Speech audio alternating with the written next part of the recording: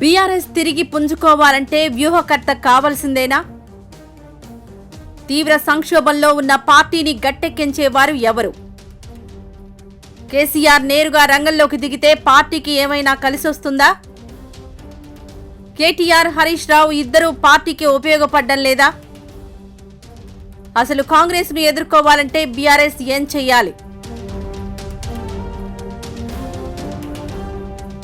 BRS party ప్రస్తుతం పూర్తిగా సంక్షోభంలో ఉందని విశ్లేషకులు అంచనాలు వేస్తున్నారు. 2023 అసెంబ్లీ ఎన్నికల్లో ఓటమి, 2024 లోక్సభ ఎన్నికల్లో ఒక్క సీటు కూడా గెలవకపోవడం, 2025లో జూబ్లీహిల్స్ ఉప ఎన్నికల్లో ఓటమి, ఇటీవల సర్పంచ్, మున్సిపల్ ఎన్నికల్లో వచ్చిన ఫలితాలు పార్టీకి భారీ నష్టాన్ని చేకూర్చాయి.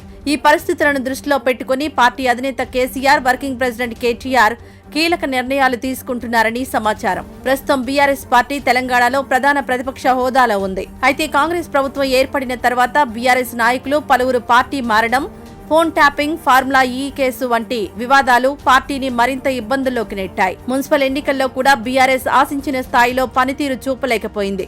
ఇది పార్టీ క్యాడర్ మనోధైర్యాన్ని దెబ్బతీసింది. అయితే కేసీఆర్ పార్టీని నిలబెట్టేందుకు 6 రకాల వ్యూహాలు రూపొందిస్తున్నారు. ముందుగా నదీ జలాలు, సాగునీరు వంటి కీలక అంశాలపై మాస్ మూవ్మెంట్లు, ఆందోళనలు చేపట్టాలని నిర్ణయించారు. ప్రతి నెలకు ఒక ప్రధాన ఆందోళన చేపట్టడం, జిల్లాల్లో రైతులు, కార్మికులు, మహిళలు, విద్యార్థుల కోసం కమిటీలు ఏర్పాటు చేయడం వంటివి ఇందులో భాగం. అంతేకాకుండా పార్టీలో మహిళలు, యువతను మరింత భాగస్వామ్యం చేయడానికి కేసీఆర్ ప్రత్యేక చర్యలు తీసుకుంటున్నారు. ఇటీవల పార్టీ మీటింగ్లలో 53 అసెంబ్లీ సీట్లను మహిళలకు రిజర్వ్ చేయడం, మహిళల విభాగానికి కొత్త అధ్యక్షురాలని నియమించడం వంటి నిర్ణయాలు తీసుకున్నారు. హరీష్ రావు వంటి సీనియర్ నాయకులను ఇన్ఛార్జీలుగా నియమించి గ్రౌండ్ లెవెల్లో పార్టీని బలోపేతం చేయడం మరో కీలక నిర్ణయం.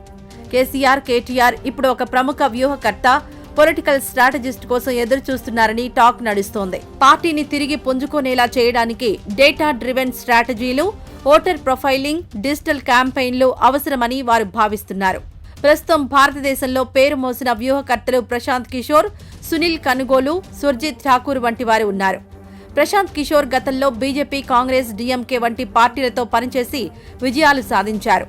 అయితే ఇటీవల జన్ సురాజ్ పార్టీతో స్వయంగా రాజకీయాల్లోకొచ్చారు. సునీల్ కనుగోలు కర్ణాటక కాంగ్రెస్ విజయానికి కీలకమయ్యారు. బీఆర్ఎస్ నాయకత్వం ఈ వ్యూహకర్తలతో చర్చలు జరపడానికి ప్రయత్నాలు చేస్తోందని సమాచారం.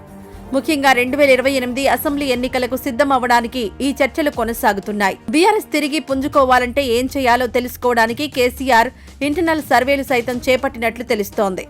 ఇప్పటికే కేకే సర్వే, రాబిన్ శర్మలను రంగంలోకి దింపినట్లు తెలుస్తోంది. ఈ సర్వేలలో పార్టీ బలాలు, బలహీనతలు, అలాగే కాంగ్రెస్ ప్రభావం కూడా తెలపనున్నాయి. సర్వేల ఆధారంగా పార్టీని సెక్యులర్ ఇమేజ్తో ముందుకు తీసుకువెళ్లడం, మైనారిటీలు, యువతను ఆకర్షించడం, పార్లమెంట్లో ప్రాతినిధ్యం పెంచడం వంటి సూచనలు వచ్చినట్లు సమాచారం. మొత్తంగా బీఆర్ఎస్ తిరిగి పుంజుకోవడం కేసీఆర్ నాయకత్వంపైనే ఆధారపడి ఉంది. భవిష్యత్తు బీఆర్ఎస్ దే అని కేసీఆర్ ధీమా వ్యక్తం చేస్తున్నారు, కానీ ఇంకా రంగంలోకి దిగడం లేదు. కాబట్టి కేసీఆర్ ప్రజల్లోకి రావడం, హరీష్ రావు, కేటీఆర్ కలిసిమెలిసి పనిచేయడం పార్టీకి కలిసొచ్చే అంశాలని విశ్లేషకులు అంటున్నారు.